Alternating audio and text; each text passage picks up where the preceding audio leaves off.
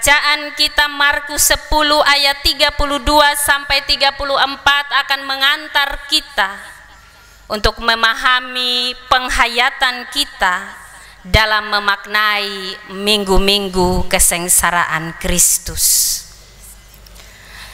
Kitab Markus pasal 10 ayat 32 sampai 34 ini menceritakan tentang Yesus memperingatkan para muridnya tentang kesengsaraan, kematian, dan kebangkitan yang akan dia jalani untuk yang ketiga kalinya. Itu berarti dia sudah memberitahukan hal ini untuk kali pertama dan kedua. Dan ini ketiga yang terakhir sebelum dia akan menjalani proses kesengsaraan, kematian, dan kebangkitannya. Bapak Ibu jemaat yang saya kasihi dalam Tuhan Yesus, dalam bagian firman ini Markus mencatat bahwa Yesus dan murid-muridnya sementara melakukan sebuah perjalanan, dan tujuan perjalanan mereka adalah ke Yerusalem. Untuk apa Yesus melakukan perjalanan bersama para muridnya ke Yerusalem? Pasti ada maksud dan tujuan.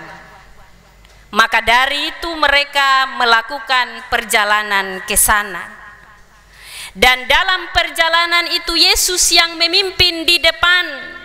Dia berjalan paling depan dan diikuti oleh para murid dan juga orang-orang yang ada bersama mereka saat itu. Dalam perjalanan ini para murid dan orang-orang yang mengikuti Yesus dari belakang merasa cemas, merasa takut.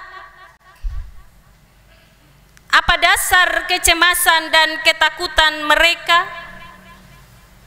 Karena mereka akan berhadapan dengan sebuah peristiwa yang akan mengguncang iman mereka, tetapi juga mengguncang mentalitas kehidupan mereka sebagai murid-murid Kristus. Lalu Yesus berkata kepada para muridnya, "Sekarang kita pergi ke Yerusalem dan Anak Manusia akan diserahkan kepada imam-imam kepala dan ahli-ahli Taurat, dan mereka akan menjatuhi dia hukuman mati. Dan mereka akan menyerahkan dia kepada bangsa-bangsa yang tidak mengenal Allah. Dan ia akan diolok-olokkan, diludahi, disesah, dan dibunuh. Dan sesudah 3 hari ia akan bangkit." Ini sebuah pernyataan dan perkataan yang luar biasa dari seorang Yesus. Dia tahu dia mau mati. Bapak Ibu, kalau seseorang mau mati, dia sudah tahu dia mau mati. Tetapi dia tidak bisa menyampaikannya kepada orang lain. Hanya dirinya sendiri yang tahu. Tetapi ada tanda-tanda yang dia lakukan kepada orang-orang lain juga. Tetapi orang-orang tidak akan juga memahami apa tanda ini. Nanti sampai orang itu sudah mati atau meninggal, baru mereka akan sadar bahwa oh iya, kemarin yang dia buat tanda ini ternyata untuk dia pergi selamanya. Itu manusia.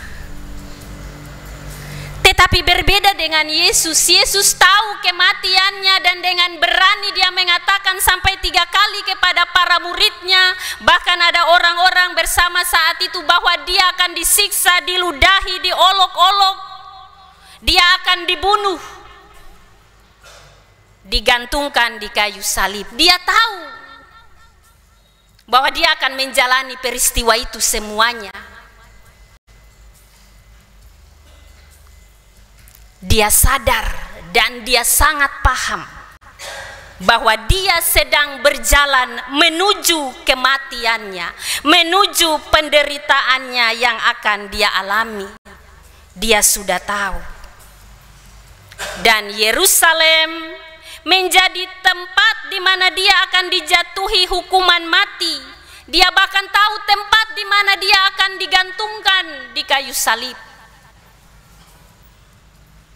Karena dia diutus oleh Allah untuk melalui dan melewati jalan itu demi sebuah pendamaian, pengampunan, pembebasan, dan keselamatan.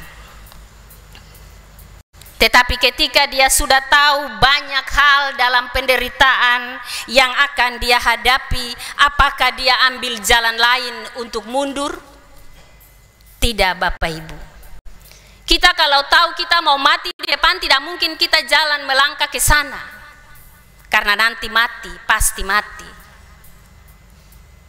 Tetapi Yesus sudah tahu di sana dia akan mati. Bukan saja mati, tetapi disiksa sebelum kematian itu terjadi. Ada rasa gentar, tetapi tidak ada niat untuk mundur oleh Yesus. Itulah bentuk ketaatannya kepada Sang Bapa. Taat dan setia pada jalan yang sudah ditentukan oleh Allah kepadanya. Dan inilah keteladanan sejati yang Yesus ajarkan untuk murid-muridnya, tetapi juga untuk kita tentang bagaimana semestinya kita bersikap di hadapan ancaman yang akan menghampiri kehidupan kita, yang akan kita alami. Dia sudah melihat kematiannya di depan, tetapi dengan berani dia berjalan di depan. Dia mau memberi penguatan kepada para muridnya untuk tidak takut menghadapi penderitaan, seperti dia yang tidak takut menghadapi kematiannya. Maka hal ini juga yang diajarkan bagi kita dalam penghayatan Minggu Sengsara yang keempat di hari ini. Berani, tidak takut untuk menghadapi setiap penderitaan sebagai orang-orang percaya. Bapak Ibu yang saya kasihi dalam Tuhan, mau jadi pengikut Kristus akan menerima banyak penderitaan dan tantangan. Seperti apa yang dialami oleh Kristus, kita pun akan mengalami hal yang sama. Tetapi mungkin bentuknya berbeda. Dengan pergumulan-pergumulan, persoalan-persoalan yang sementara kita hadapi dan kita gumuli.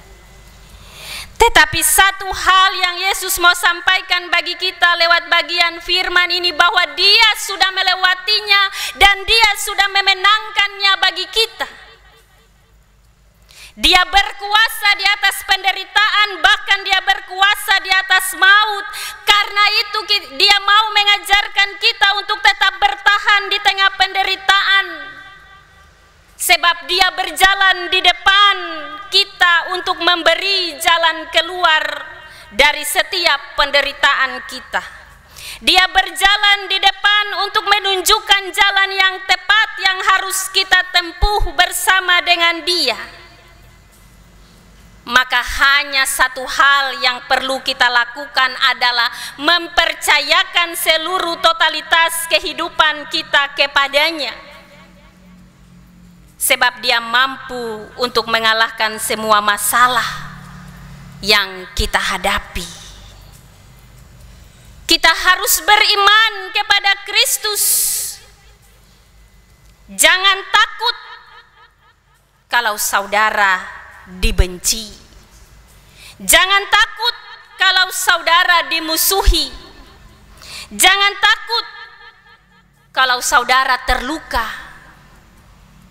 Sebab Tuhan Maha Kuasa, bahkan Maha Tahu apa yang sementara kita gumuli. Dia ada bersama kita. Penderitaan Kristus menjadi teladan bagi kehidupan kita sebagai pengikutnya. Dia ambil jalan penderitaan itu dan dia menyelesaikannya sampai tuntas. Dia tidak belok arah, tidak ambil jalan pintas, karena dia tidak mementingkan dirinya sendiri. Dia mau berkorban untuk kita semua, Bapak, Ibu, dan saya, demi keselamatan kita.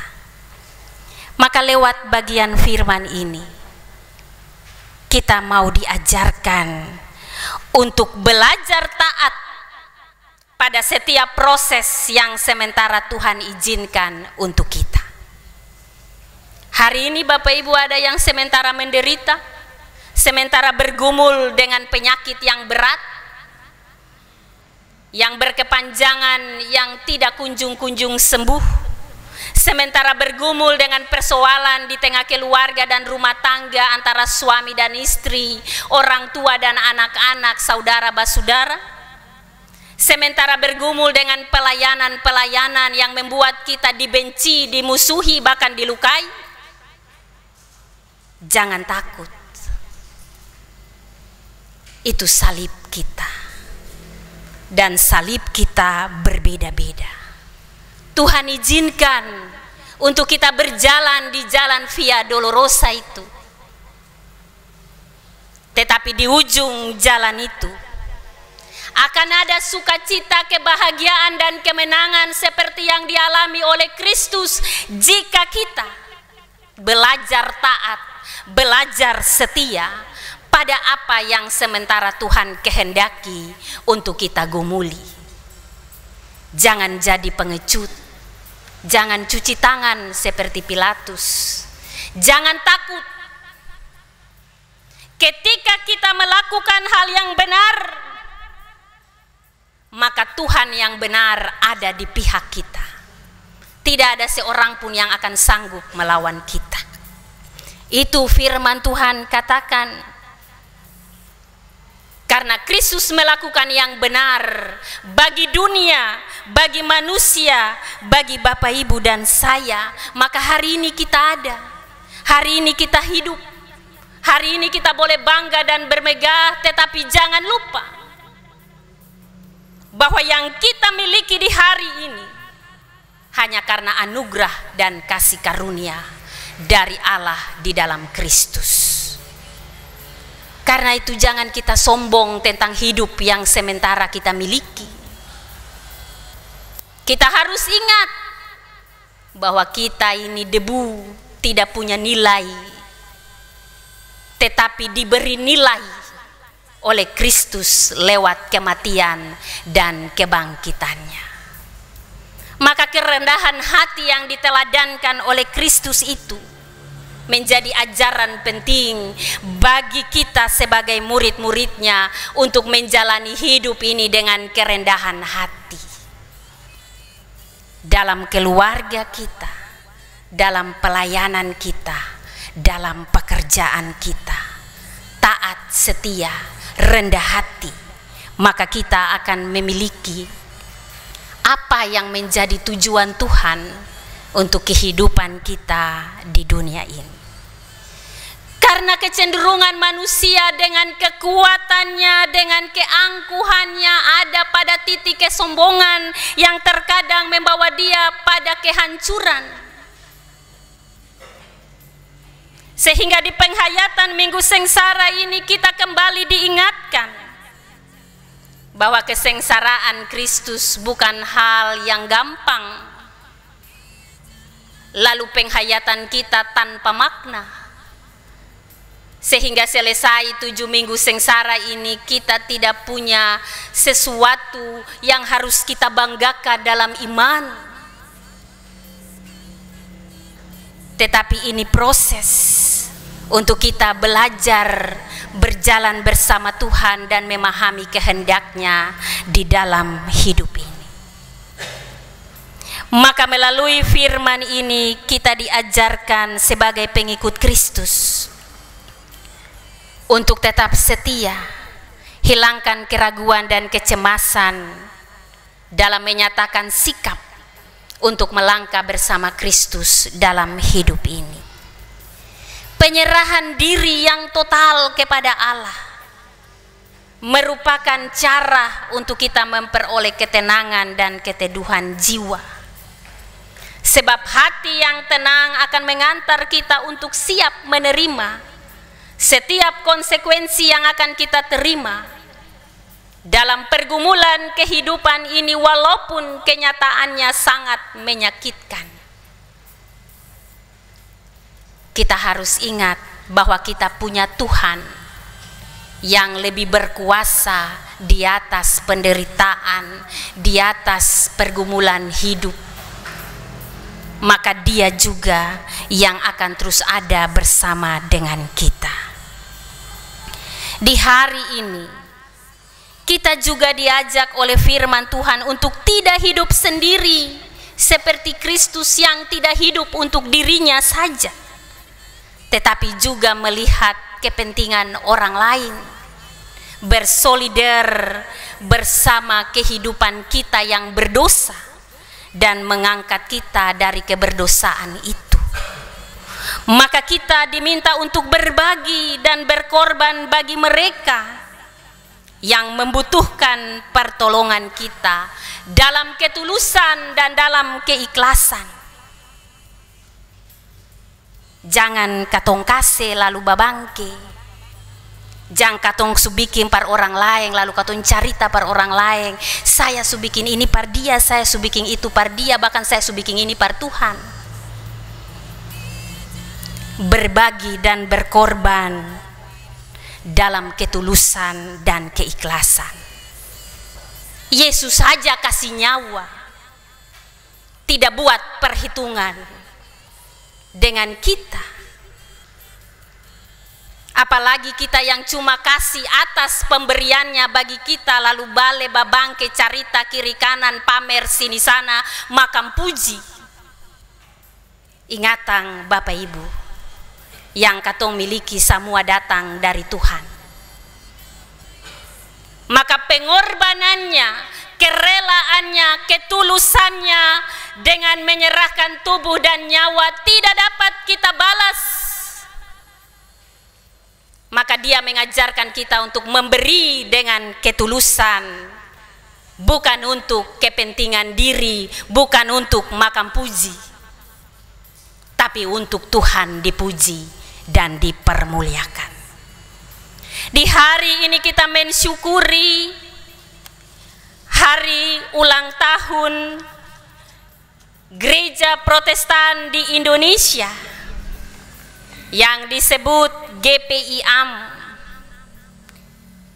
yang berulang tahun di tanggal 27 Februari lalu, memasuki usia yang ke-419 tahun. Maka sebagai warga gereja, sebagai bagian dari Gereja Protestan di Indonesia, kita dituntut untuk terus menyatakan karya keselamatan Allah dalam diri Yesus Kristus melalui tindakan dan perbuatan kita. Kita terus bersaksi tentang Kristus yang dengan rela siap menjalani kesengsaraan untuk penebusan umat manusia. Maka kita terpanggil untuk bersaksi, bersekutu dan melayani Tuhan dimanapun kita berada. Dan dalam semangat sebagai persekutuan gereja-gereja basudara GPIAM, kita pun diminta untuk tetap bersyukur dan mendoakan kebersamaan yang dibangun sehingga boleh memasuki usia yang ke-419 tahun saat ini. Segala kemuliaan hanya bagi Kristus Sang Kepala Gereja yang telah menopang pelayanan Gereja Protestan di Indonesia sampai di hari ini. Maka kita dituntut sebagai gereja-gereja yang hidup untuk menghadirkan Shalom Allah di tengah-tengah hidup kita dan dimanapun kita berada. Mari kita kembali menghayati pemaknaan Minggu Sengsara yang keempat dalam perjalanan hidup kita. Dan jangan pernah sia-siakan pengorbanan yang sudah Tuhan buat bagi kita. dengan selalu melakukan dosa, tetapi hiduplah dalam pertobatan dan terimalah kemuliaan Allah dalam hidup kita. Tuhan memberkati kita dengan firman-Nya.